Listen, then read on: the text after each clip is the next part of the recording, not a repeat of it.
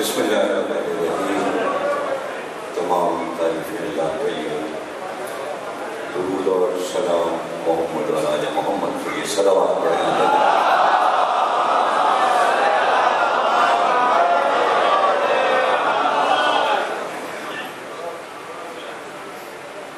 آپ کے اس جذبے اور محبت میں کراچی سے ان کو کھینچ کے گزارا ہے اور جذبہ نظر نہیں آتا کہ دل میں کیا ہے، لیکن یہ موجودہ ہے ذکر حسین کا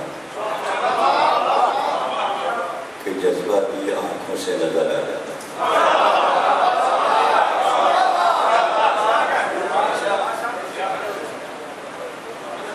جب سے تقریریں بارگاہ حسینی میں کر رہے ہیں تو اکثر جہاں بہت سی باتیں سوچتے ہیں، غور کرتے ہیں، تو اس میں یہ بات بھی اکثر سوچتے رہتے ہیں اور فیصلہ نہیں کر پاتے کہ زیادہ گرمی برداشت کرنا مشکل ہے یا زیادہ سردی ہے.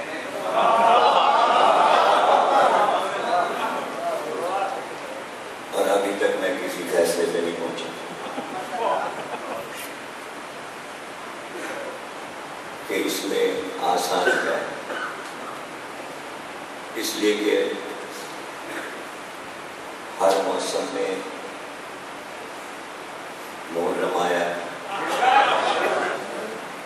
اور ہر موسم کے ملک میں حسین ہیں.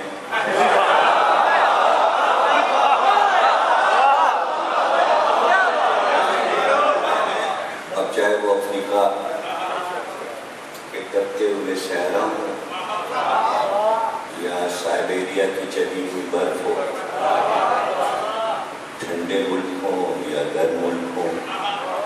اور بعض لوگ ایسے ہیں کہ ایک ہی ملک میں ٹھنڈک اور گرمی دونوں ایک ساتھ محسوس کیے جا سکتے ہیں. اور بہت سے شہر ایسے ہیں کہ صبح کو گرمی ہے تو شام کو سردی ہے. لیکن یہ خطہ گرمی کے لیے مشہور ہے اور سردی کے لیے بھی مشہور ہے، اس لیے کہ یہ پنجاب سے لے کے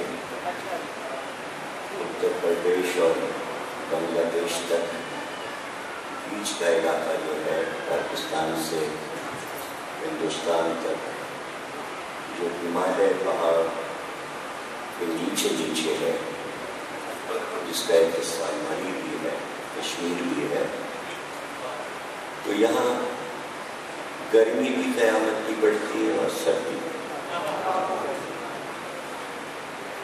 لیکن ایک سردی وہ ہے کہ یہاں برف جمی ہوئی ہے، برف گر رہی ہے، برف برس رہی ہے. مثلاً امریکہ میں ایک اسٹیٹ ہے اٹلانٹا جارجیا، جہاں CNN کا ہیڈ آفس ہے. تو اس کے CNN کے نیچے جو سینٹر ہے شہر کا، وہ سب سے مرکزی علاقہ ہے اور عاشور کا جلوس وہاں سے نکلتا ہے. تو مجھے بتایا وہاں جب میں گیا پڑھنے کے لیے کہ عاشور کے دن برف چاروں طرف جمی ہوئی تھی اور برف برس رہی تھی اور لوگ شیشے کے پیچھے سے اپنی منزلوں سے یہ نظارہ کر رہے تھے کہ اب کی یہ لوگ کیا کریں گے.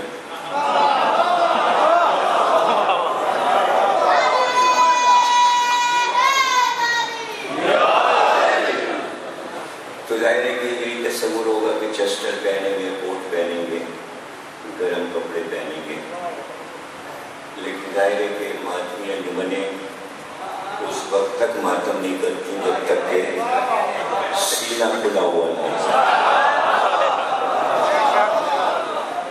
تو صاحب بیاض نے وہاں پڑھنے والے نے اپنا سینہ بارگاہ حسینی میں پیش کر دیا اور پھر سب نے شرطیں اتار کے ماتم شروع کر دیا. تو یہ امریکہ کے رہنے والوں کے لیے حیرت انگیز بات ہے کہ ایسی سردی میں اب اسی کو آپ الٹ دیجیے کہ ایسی گرمی میں، یعنی ابھی تو جون کا مہینہ مشہوری گرمی کے لیے اور اس کی 5 تاریخ اور آپ بیٹھے تو معلوم یہ ہوا کہ سردی گرمی موسم یا کائنات کی کوئی شے ہے جب تک اس کا رشتہ حسین سے نہ ہو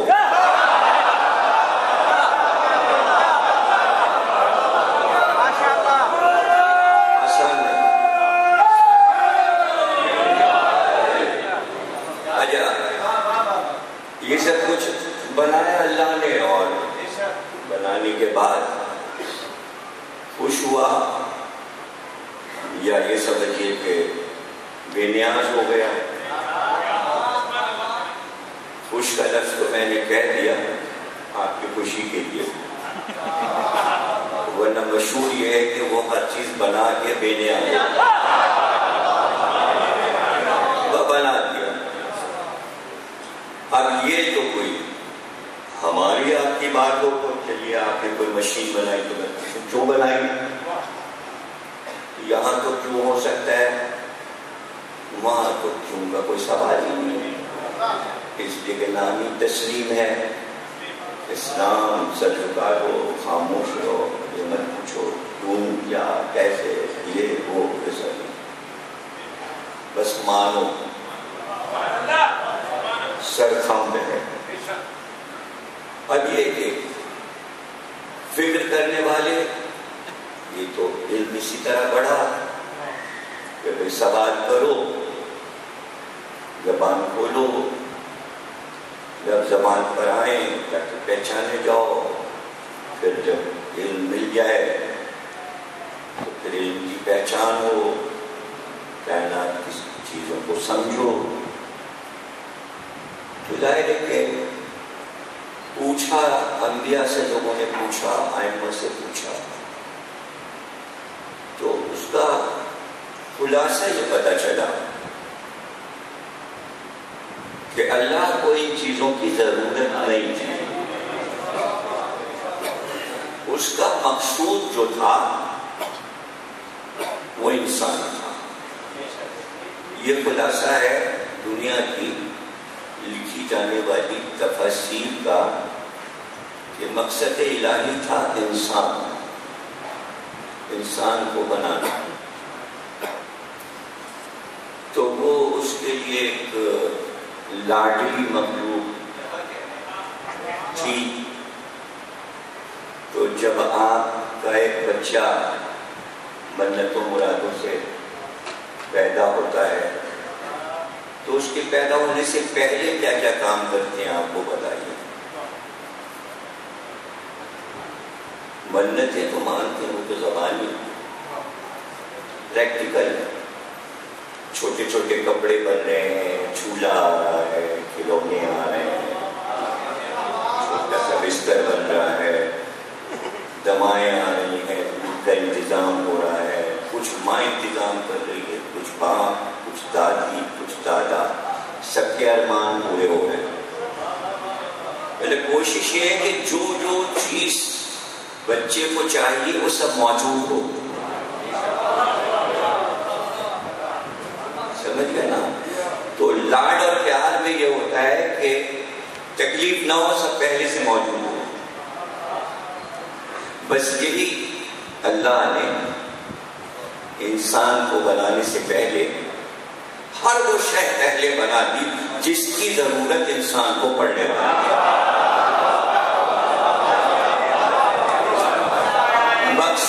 مقصد کائنات، لیکن ہمارا آپ کا عقیدت یہ ہے نا کہ مقصد کائنات سرکار دو عالم اور ان کی اولاد، یہ تو ایک رجسٹرڈ بات ہے، اس میں کوئی شک و شبہ نہیں ہے. تو یہ ساری کائنات جو کچھ ہمیں نظر آ رہا ہے اس کا مقصود سرکار اور ان کے اہل بیت. یہ ان کے اہل بیت کہنا بھی سمجھانے کے لیے سرکار میں ہی سب آ گیا، نور ایک، وہی 14 ہے وہی ایک ہے.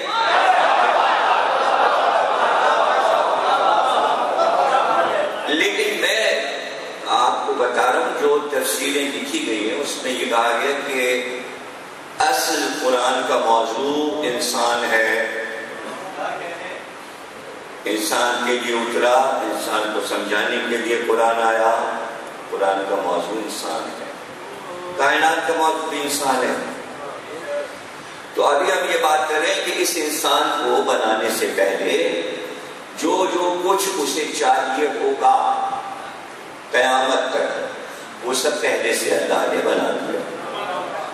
سانس لینے کے لیے انسان کو ہوا چاہیے تھی، ہوا پہلے بنائی.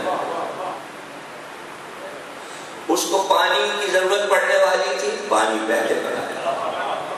اسے زمین پہ چلنا تھا، زمین پہلے بنائی. اسے درختوں کی چھاؤں چاہیے تھی، درخت پہلے بنایا. اس نے اناج پہلے پیدا کیا، اناج کھانا تھا. جانور انسان کے کام آنے والے تھے، جانور پہلے بنائے.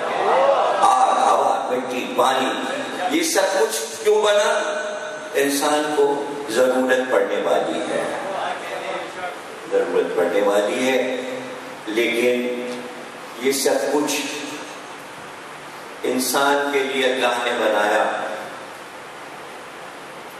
اور اگر آپ غور کریں تو پورے کائنات کی تھیوری یہ ہے کہ ہر کمتر چیز اپنے بدن کے لیے ہوتی ہے. کمتر چیز اپنے سے بدن کے لیے ہوتی ہے. زمین کمتر ہے، اس کا کام ہے کہ وہ قربانی دے، دانا اگائے. دانا کمتر ہے جانور سے، اس لیے دانے کو جانور کھا جائے. جانور کمتر ہے انسان سے، اس لیے انسان جانور کو کھا جائے.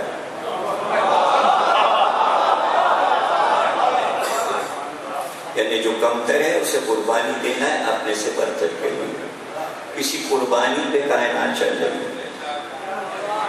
لیکن انسان کے لیے یہ سب کچھ بنایا تو اللہ کو یہ بھی پتا تھا کتنا ناشکرا ہے یہ انسان. اس لیے جب قرآن کا سورہ رحمان آیا تو اس میں بار بار اصرار کر کے کہا فَبِأَيِّ آلَاءِ رَبِّكُمَا تُكَذِّبَانِ. بھائی نعمتوں کا انکار ہو رہا تھا نا، اس کے بعد کب تک کرو گے انکار، کب تک کرو گے انکار. نعمتیں گنواتا گیا، یہ بھی دیا، یہ بھی پیدا کیا، یہ بھی دیا، اور تم ہو کہ کفران نعمت اور کیے چلے جا رہے. تو ایک طرف شکر کرتا کہ کیا کچھ ہمارے لیے بنا دیا، اس کائنات کو اتنا خوبصورت، یہ سب ہمارے لیے بنا دیا. آسمان، چاند، سورج، ستارے، ہوا، فضا، پھول، درخت، باغ، چمن، کھیت، سبزدار سمندر، دریا، چشمے، پہاڑ، سب ہمارے لیے. کوئی کر سکتا ہے شکر؟ نہیں کر سکتا. لیکن جب شکر نہیں کر سکتا تو ان چیزوں کا جو احسان ہم پر ہے اس کو بھی تو نہیں اتار سکتا. اختیار میں ہی نہیں. اور جب ایسا نہیں کر سکتا تو وہ چیزیں جو قربانیاں دے رہے ہیں ایک انسان کی خاطر، تو انسان نے اس کی قدر کہاں کی ان چیزوں کی جو رب نے بنائی. تو ایک ایسا انسان دنیا میں اللہ نے بھیجا جسے نبی کا نواسا بنا کر، فاطمہ اور علی کا بیٹا بنا کر، حسین اس کا نام رکھ کر یہ طے کر دیا کہ ہر شہر کو تم اتنی عزت دینا کہ یہ اترانے لگے. اب میں آپ کو گنواتا جاتا ہوں. پانی تھا، پانی تھا، پانی کی کوئی تعریف نہیں تھی. پانی عزت دار نہیں بن رہا تھا. پی سب رہے تھے، ضائع سب کر رہے تھے، عزت کسی نے نہیں دی.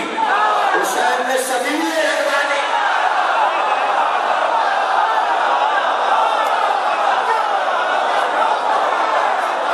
یہ مٹی انسان کے لیے بنائی کہ کھیت دانا اگاؤ، چلو اسی میں مر کے گڑو، یہی زمین تمہارے کام آئے گی. مگر کسی نے زمین کو عزت نہیں دی. حسین نے کہا کھا کے شفا بنا.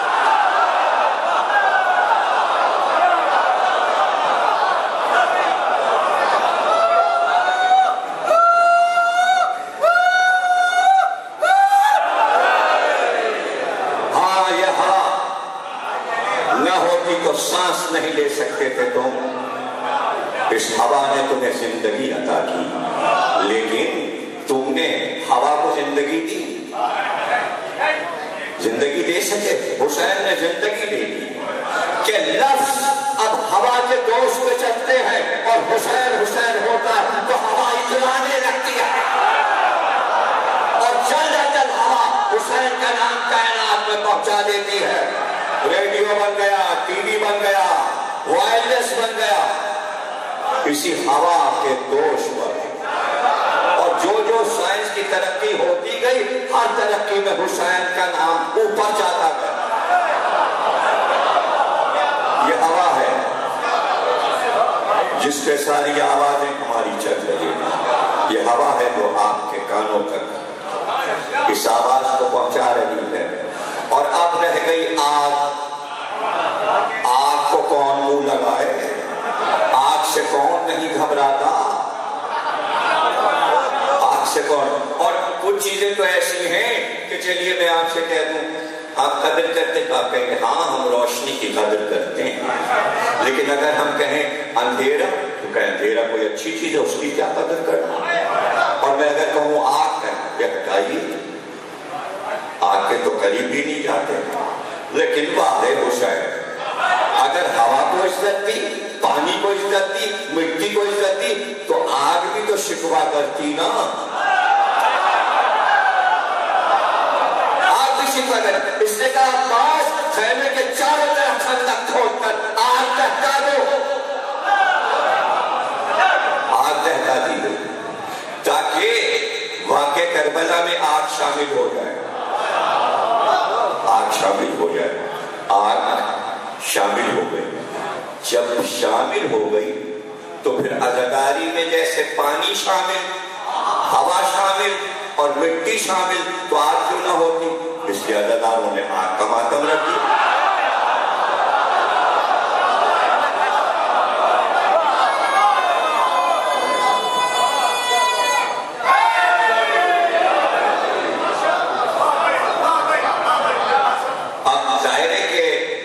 صرف اگر ماتم ہوتا وہ آگ کا اور آگ پہ چلتے اور فلسفہ نہ ہوتا. دیکھیے کائنات کی ہر چیز میں آپ لاجک اور عقل اور یہ سب تلاش کریں گے، دلائل بہت مشکل ہے مل جائے. یہ حسین سے منسوب جو چیز ہوگی اس میں ایک نہیں 1000 دلائل مل جائیں گے. اور جتنی چاہے بات کر لو، تھکنے کا معاملہ نہیں ہے. دلائل پہ دلائل، دلائل پہ دلائل آتے جائیں گے.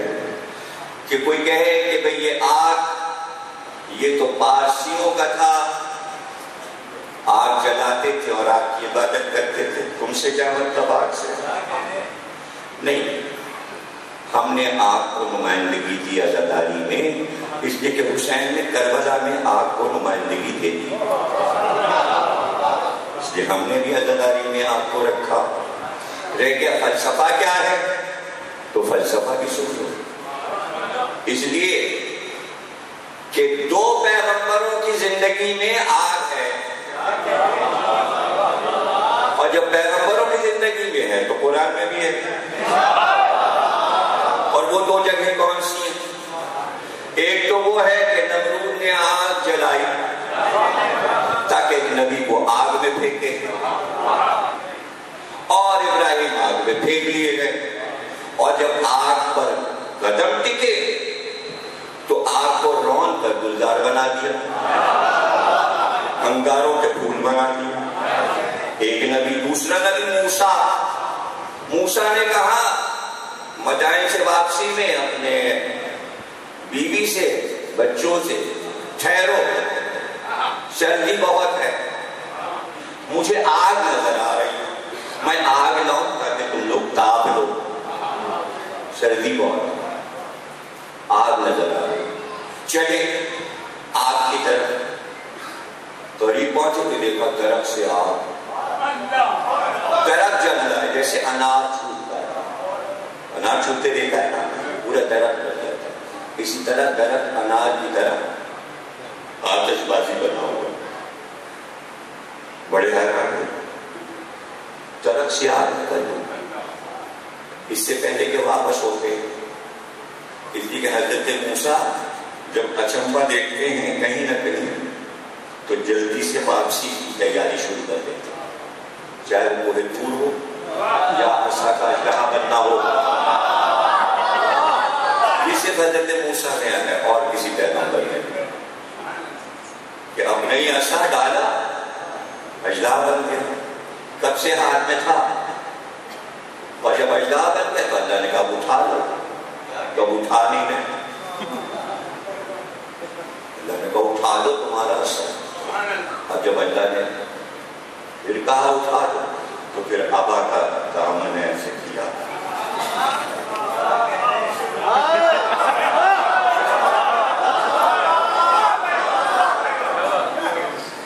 اور جب کوہ طور پہ وہ بھی کس سے آگ کو مارا، اور آج آگ دیکھی تو پوچھا تو گیا ہوگا نا یہ حضرت موسیٰ کی کیا بات ہے، تو پوچھا راوی نے امام صادق سے،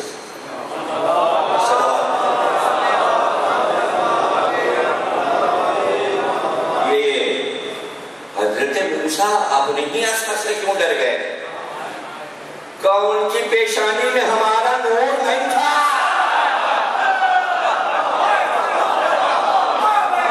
ابھی بھی ولایت علی لوگوں کے سمجھ میں نہیں آ رہی ہے، ابھی بھی سمجھ میں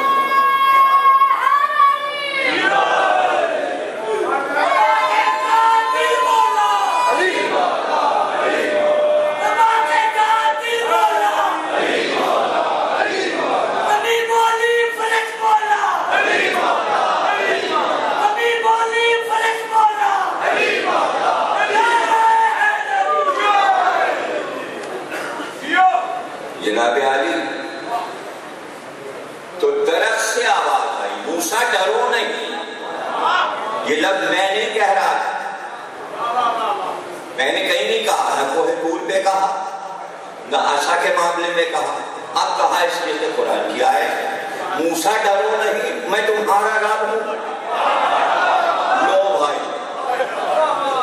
اللہ کہہ رہا ہے میں ہوں یہ، اور جل رہی ہے آگ، میں ہوں تمہارا رب، ڈرو نہیں، یہ قرآن منظر پورا موجود ہے۔ تو بھائی ادھر ابراہیم آگ میں گئے، آگ گلزار بنی، اللہ نے اعلان کیا ہم نے تمہیں نبوت عطا کی، کچھ سمجھ رہے ہیں، ہم نے تمہیں نبوت عطا کی، اب تم چھوڑ دو یہ جگہ، عراق چھوڑو اور جاؤ آگے بڑھو، ہجرت کرو، تبلیغ کرو، نبی ہو گئے، یہاں درخت سے آگ نکلی، ہم نے موسیٰ تمہیں نبوت عطا کی، جملہ آپ کے لیے ہے، آپ کی ذہانت کے لیے، موضوع آپ کو یاد ہے کہ کیا چل رہا ہے، بھولیں گے نہیں آپ، تو کہیں اللہ آگ بجھوا کے نبوت دیتا ہے، کہیں آگ جلا کر نبوت دیتا ہے، موسیٰ کو آگ جلا کر بلایا، ابراہیم سے آگ بجھوا کر کہا نبی ہم نے یہ کیا، پہلے آگ جلائی ماتم حسین کے لیے، اس لیے کہ جلانے پر بھی نبوت ہے، پھر پیروں سے بجھائی، بجھانے میں بھی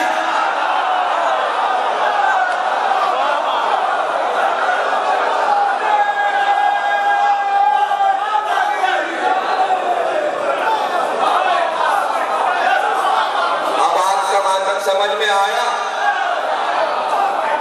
اور اگر کوئی بہت بڑی ہو جائے کہ دیوالی آپ کی علمی بات سمجھ میں نہیں آئی تو پھر آپ اسے فائنل سمجھا دینا کہ مٹی بھی اللہ نے بنائی اور آگ بھی اللہ نے بنائی، لیکن یہ طے کیا کہ خلافت مٹی کو ملے گی، آگ کو نہیں ملے گی۔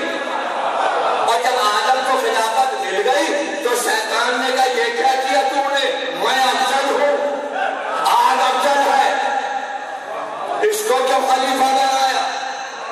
تو چونکہ آگ مٹی کے مقابل پہ اکڑی تھی اور ہمیں مٹی کے اور شیطان ہے آگ کا، اس لیے ہم آگ کے ماتم میں آگ پہ چل کے شیطان کو بتا تیری حقیقت کیا ہے۔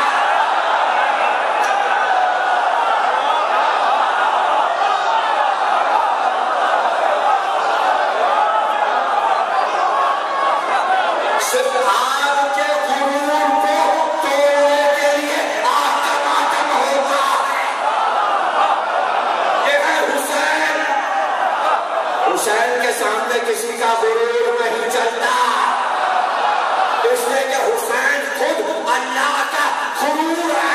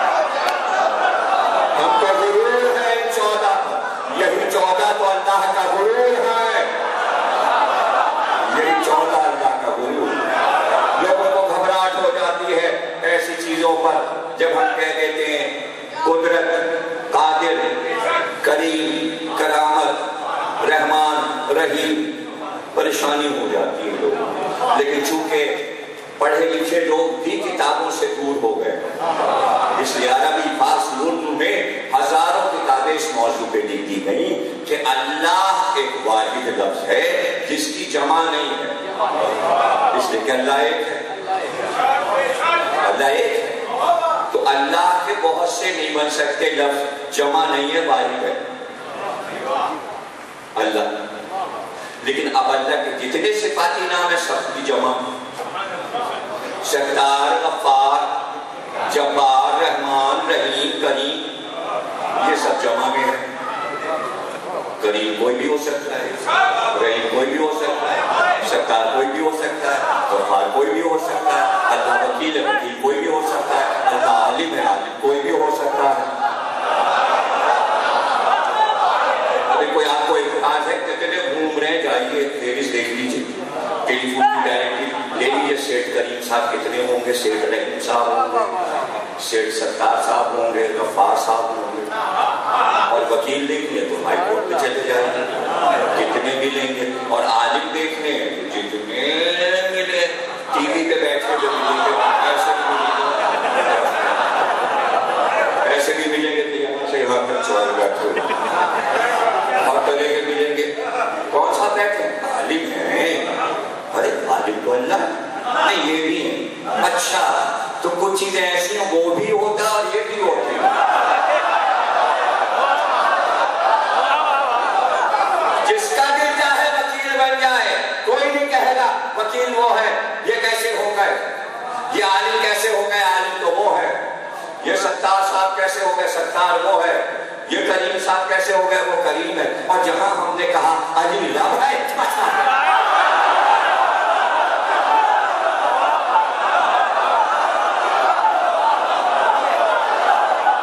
یہ صاحب یہ مت کہیے یہ شرک ہے، ارے یہ شرک ہے تو یہ تو بتا دو کہ رب جمع ہے کہ واحد، اس لیے کہ رب کی جمع ہے ارباب، رب الارباب، میں رب کا رب ہوں تو کتنے رب ہیں، جتنا تو رب ہے۔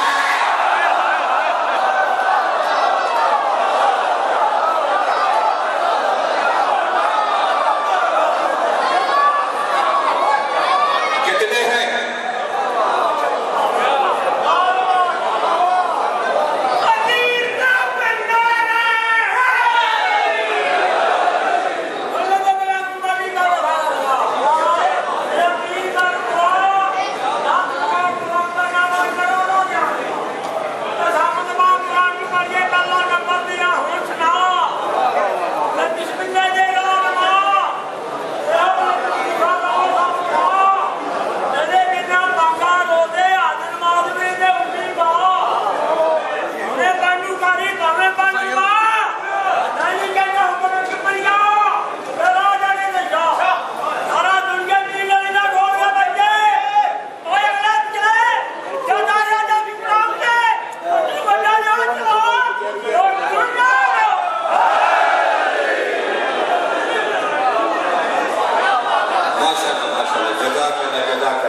قرآن میں رب کی جمع ربیون ہے اور ارباب، اچھا صاحب رازق رزق میں بتا رہا ہوں، دیکھیے خالق کے لیے بھی اللہ نے کہا ہے، خالق بھی بہت سے ہو سکتے ہیں، رازق بھی بہت سے ہو سکتے ہیں، اللہ رازق ہے سب کو رزق دیتا ہے، اللہ کہہ رہے ہیں بچے کے لیے ماں باپ بھی رازق ہے، ماں رزق دے رہی ہے بچے کو، اور اسٹیٹ بینک کا گورنر پورے ملک کو تنخواہیں بانٹ رہا ہے، رزق دے رہا ہے، اور یہ سب قرآن سے ثابت ہے، اس لیے کہ وہ کہتا ہے خیر الرازقین، جتنے رازقین ہیں ان کا خیر میں ہوں، گورنر رازق ہو سکتا ہے، ماں باپ بچے کے لیے رازق ہو سکتے ہیں، اور علی ہمارے لیے رازق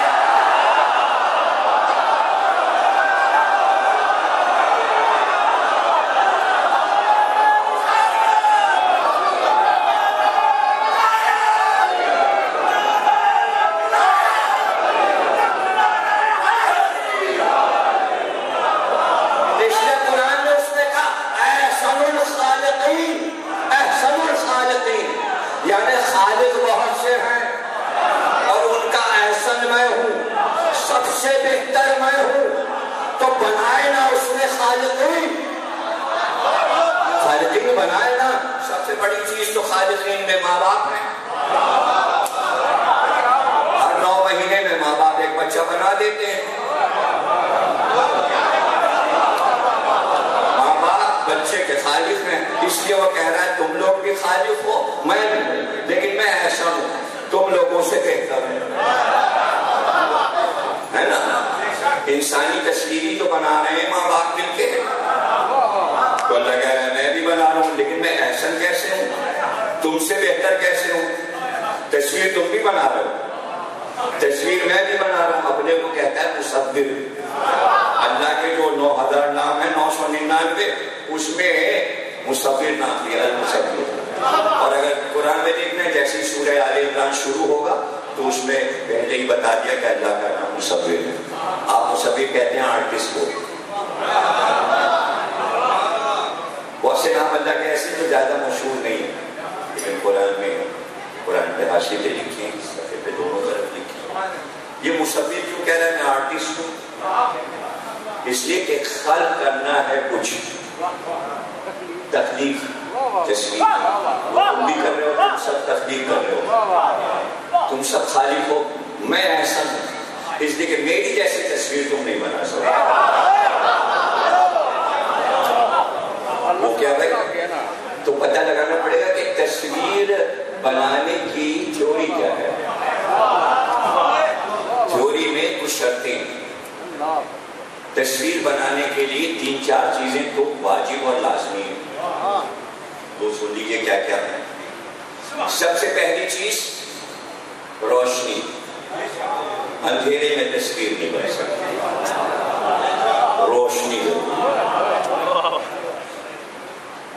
کینوس گدا یا لکڑی جس پر بنے کاغذ، اس میں کیا کیا ہو، یا دیوار ہو یا کاغذ ہو یا گدا ہو یا لکڑی ہو. میں اگر آپ کو پانی پہ تصویر بنا دیجیے آپ ایک پاگل ہوگا. لکوڈ پہ نہیں بن سکتی، جمی ہوئی چیز ہو اس پہ بنے گی.